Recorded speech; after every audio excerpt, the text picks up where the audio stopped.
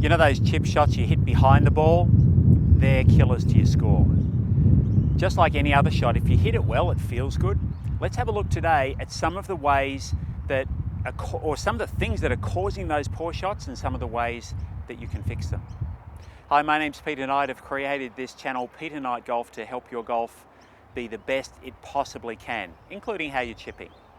And if you hit the subscribe button below and also the grey bell notification icon, then you'll get every video that I send through. But let's have a look today at chipping. There's no better feeling than striking any shot well, including a chip shot. So I'm just off the edge of the green. The disaster shot for me is the duff. So when I swing the club through, usually the duff will think of hitting the ground behind the ball, and I guess that's really the definition of it. But what I'm going to talk about can also apply to hitting those thin shots, you know, the ones that rocket across the other side of the green when you haven't hit them very hard. Either way, it's going to add at least one shot to your score. So what we need to do is have a look at some of the things that we can do in order to prevent that. A lot of players, when they start mishitting these chip shots, position the ball a long way back in the stance. When you do that, the club's going to come down on the ball very sharply. Now, unless you're absolutely precise with your contact, it's very easy to hit just behind the ball and not have the ball go forward at all. So first thing, ball position needs to be in the center of your stance, so that when the club swings through, the club's going to swing through quite shallow. So you're still catching the ball with a slight descending blow, but it's a shallow descending blow, not a steep one. The second thing, and this is really the biggie, most players, when they're playing their shot, try and keep their body very still and just use arms and hands.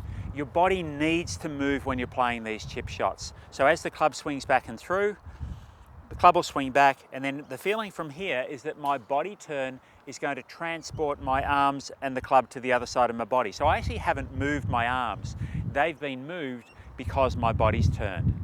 So if I play this little shot here, I'll swing the club back, and then from there, just let my body turn, and that swings the club through. So my hands have been very quiet.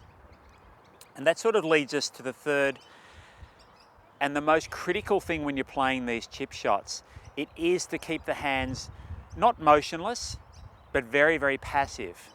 So as the club swings back and through, if I hold the club in my fingertips and move the club back and through, there's a small amount of movement, hinging if you like, around my fingertips with the club. I can't actively move the club forward when I'm holding the club with my fingertips, and of course I don't want to. Now if I have the same feeling with my arms, it's almost like the club from here, as I move forward, as I turn my body, the club is floating. Now a really good check is that when you get to the end of your swing, is your club sort of down here somewhere, or have you used your hands and lifted the club right up? If it's the second one, we've got trouble.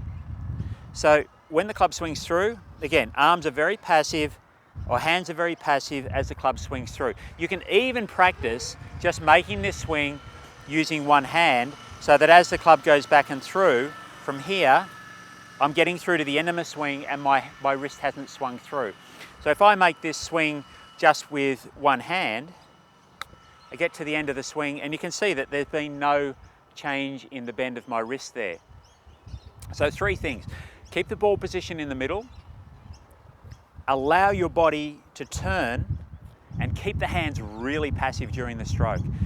Even practice that one arm swing, and you'll find that you'll suddenly make much better contact with your chip shots. They'll finish nearer the hole, and you'll have more one putts.